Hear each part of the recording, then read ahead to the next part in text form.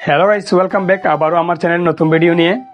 যদি আপনি বাংলাদেশ থেকে হয়ে থাকেন, আপনি বিদেশের মধ্যে ফরেন কান্ট্রিতে আপনার ক্যারিয়ার বিল্ড করতে চাচ্ছেন, তাহলে আপনার জন্য এই ভিডিওর মাধ্যমে আপনাকে আমি 3টা টিপস দেব। যে 3টা টিপস ফলো করলে আপনি বিদেশের মধ্যে আপনার নিজের একটা সুন্দর ক্যারিয়ার গড়ে তুলতে পারবেন, যেটা আমি গত 4 বছরে পেরেছি। সো আপনি অবশ্যই যদি বিদেশের মধ্যে হয়ে থাকেন এই ভিডিওটি দেখবেন না টেনে, এবং আপনার যদি কোনো বন্ধু থাকে যে বিদেশে আসতে চাচ্ছে তাকে আপনি এই ভিডিওটি শেয়ার করতে পারেন। টিপস নাম্বার 1 হচ্ছে ফ্লেক্সিবিলিটি অ্যান্ড অ্যাডাপ্টেবিলিটি। আপনি যখন বিদেশের মধ্যে আসবেন, আপনি অবশ্যই নতুন একটা জায়গার মধ্যে আসবেন, যে জায়গাটার সম্পর্কে আপনি কিছু জানেন না, কিছু চেনেন না, অথবা কাউকে চিনলেও আপনি সবাইকে চিনেন না। এই জায়গার মধ্যে হিন্দু, মুসলিম, খ্রিস্টান সব ধরনের মানুষ থাকতে পারে। আপনি এই জায়গার মধ্যে আপনাকে অ্যাডাপ্ট করতে হবে। এই জায়গার মধ্যে আপনার নিজেকে সবার সাথে কানেক্ট করতে হবে, কে কী করতেছে সবগুলোর সাথে নিজেকে অ্যাডজাস্ট করতে হবে, মানিয়ে নিতে হবে। ফ্লেক্সিবিলিটি, আপনি যখন ধরেন আপনি কাতারের মধ্যে আসার পরে একটা কাজ পাইছেন, মূলত আমি কাতার থাকি, সো আমি এক্সাম্পলটা কাতার নিয়ে দিচ্ছি। আপনি যদি দুবাই, সৌদি আরব, বাহরাইন যে দেশে থাকুন না কেন, আপনি আসার পরে ধরেন একটা কাজ পাইছেন, কাজটা ধরেন কফি শপে। আপনার ফ্লেক্সিবিলিটি মতলব আপনাকে ফ্লেক্সিবল হতে হবে।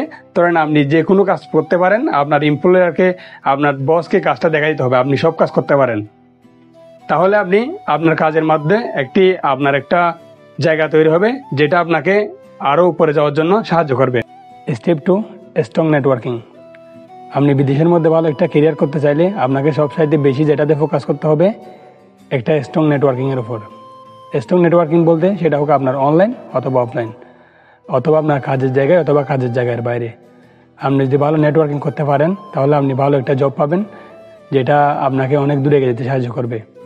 কারণ আপনি যদি ভালো ফ্রেন্ডস তৈরি করতে পারেন, সেটা হোক দেশ থেকে অথবা দেশের বাইরের মানুষ, যে কোনো জায়গার হোক, ভালো একটা নেটওয়ার্কিংয়ের মাধ্যমে আপনি ভালো কাজের সন্ধান পাবেন, যেটা আপনাকে ভালো একটা ক্যারিয়ার করতে সাহায্য করবে। Step 3, keep learning.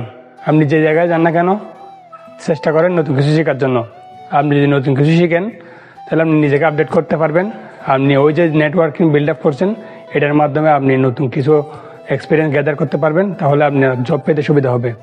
সো আপনি যতই কাজে বিজি থাকুন, আপনার কাজের পাশাপাশি নতুন কিছু শিখতে চেষ্টা করুন, নতুন কিছুর উপর ফোকাস করুন।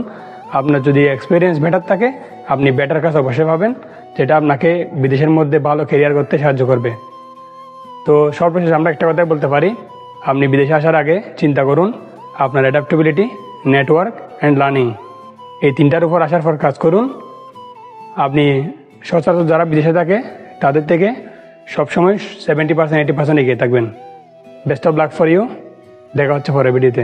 আসসালামু আলাইকুম।